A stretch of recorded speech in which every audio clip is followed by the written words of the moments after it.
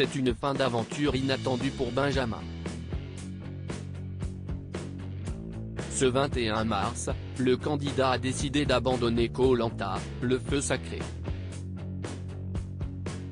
Une déception pour ses camarades, même s'il ne regrette en rien son choix. Les abandons sont rares dans Koh-Lanta. Et pourtant, Benjamin s'inscrit dans la petite liste des aventuriers qui ont choisi de quitter le jeu de leur propre chef, plutôt que d'être éliminés par les autres. Une décision mûrement réfléchie pour le jeune marin, qui ne regrette pas du tout son choix malgré les mises en garde de ses camarades. Auprès de Voici.fr, Benjamin s'est expliqué sur cette décision historique dans Koh-Lanta, le feu sacré. Voici.fr, l'épisode commence avec la construction du radeau et on vous sent revenir complètement abattu de votre passage à l'infirmerie. Qu'est-ce qui s'est passé là-bas? Benjamin, j'étais sous surveillance, j'ai eu un petit traitement d'antibiotiques et des gouttes pour les oreilles. Je suis revenu aussi fatigué que quand je suis parti. Donc les médecins vous ont dit que vous ne pouvez pas aller dans l'eau pendant une semaine, c'est ça? Je n'avais plus le droit de mettre la tête sous l'eau une semaine, voire 15 jours. Je ne pouvais plus pratiquer la chasse sous-marine qui était mon activité favorite sur le camp. J'avais une douleur permanente. Construire le radeau semble avoir été un second souffle pour vous.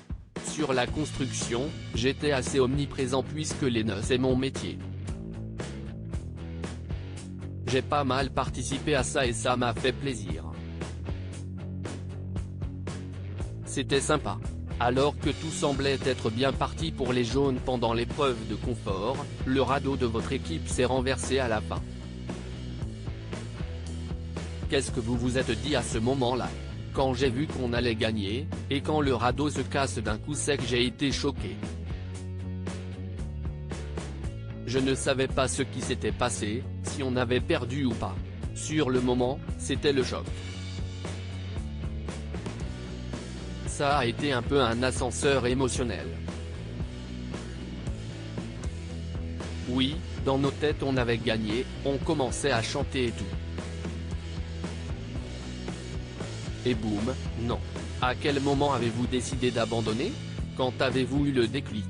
C'était vraiment une décision réfléchie, pour moi l'abandon c'était impossible dans mon esprit. Mais le fait de ne plus avoir d'énergie physique, je ne pouvais plus me lever, plus rien faire. C'est un tout, le manque de nourriture, la faim, les pluies tropicales la nuit, l'humidité, mon otite. Je ne pouvais plus continuer. Donc cet état de fatigue n'est pas dû à votre otite, ça remonte à bien avant? Largement. Mes capacités physiques ne voulaient plus. Je n'avais plus du tout d'énergie. Est-ce que l'élimination de Tania dans l'épisode précédent a pesé dans votre décision? Non. Ça m'a choqué car je ne m'y attendais pas, ça m'a mis un coup au moral car je me dis que je ne la reverrai même pas à la réunification, c'était mon binôme de l'aventure. J'étais vraiment dégoûté sur le coup mais ça n'a pas joué sur mon abandon. Votre abandon a conduit au retour de Tania. C'est un mal pour un bien? Oui. Pour le coup, je n'avais pas le choix d'abandonner parce que je n'en pouvais plus. Mais le fait de savoir que c'est Tania qui revient à ma place plutôt qu'un autre aventurier, ça m'a fait tellement plaisir. J'étais content pour elle. Petite question indiscrète, il y a eu beaucoup de réactions face à la nuit que vous avez passée avec Tania. Il y a quelque chose entre vous? Honnêtement, il n'y a rien du tout à part une grande amitié. On ne se rend pas compte, mais la nuit il fait humide et froid. Donc si on veut dormir ne serait-ce que quelques heures, on n'a pas le choix que de se réchauffer avec la chaleur humaine. Donc on était collés, d'autres l'étaient. Mais c'était le seul moyen de se réchauffer. C'est très rare qu'un candidat abandonne de lui-même Koh-Lanta. Ne craignez-vous pas les commentaires négatifs que vous pourriez avoir des internautes sur les réseaux sociaux, comme cela avait été le cas pour Franck l'an dernier? Non, avant d'abandonner j'ai réfléchi à tout. Je savais très bien que j'allais me faire exploser sur les réseaux sociaux. Mais tout ce qu'on dit, ça ne m'atteint pas. Je sais ce que j'ai vécu et je me fous de ce que les gens pensent.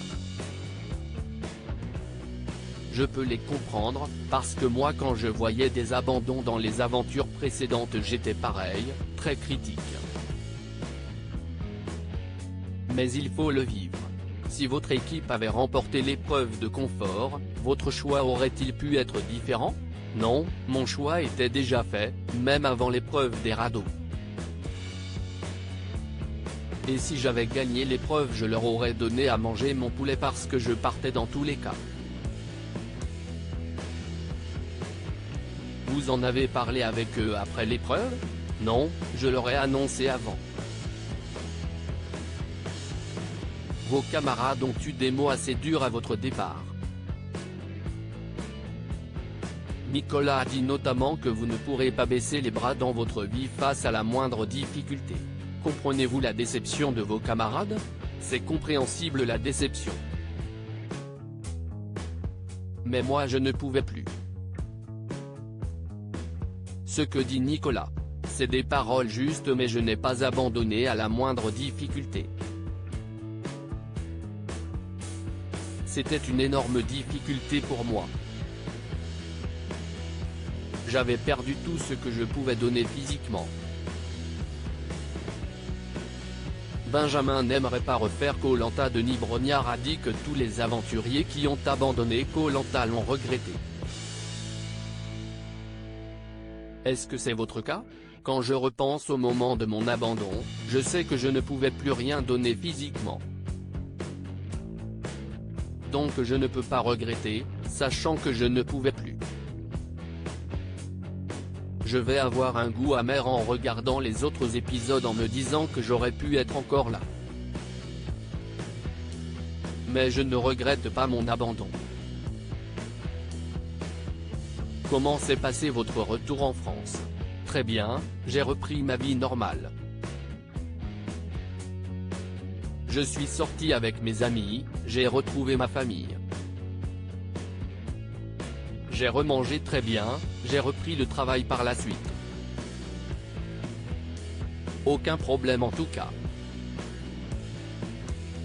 Vous avez gardé contact avec les autres aventuriers? Je suis en contact avec quasiment tous les autres. On a un groupe WhatsApp où on parle entre nous. Comment Koh-Lanta a impacté votre vie? Est-ce que c'est une aventure que vous gardez dans un coin de votre tête, ou est-ce que c'est quelque chose qui vous accompagnera toujours? C'est quelque chose qui va me suivre assez longtemps étant donné l'impact que ça a eu dans ma tête. Ne serait-ce que par rapport à la pluie et le fait d'être tout le temps mouillé. Maintenant, je suis beaucoup plus tolérant d'être sous la pluie en sachant que le soir je vais être chez moi au sec. Je relativise quand je sais ce que j'ai vécu.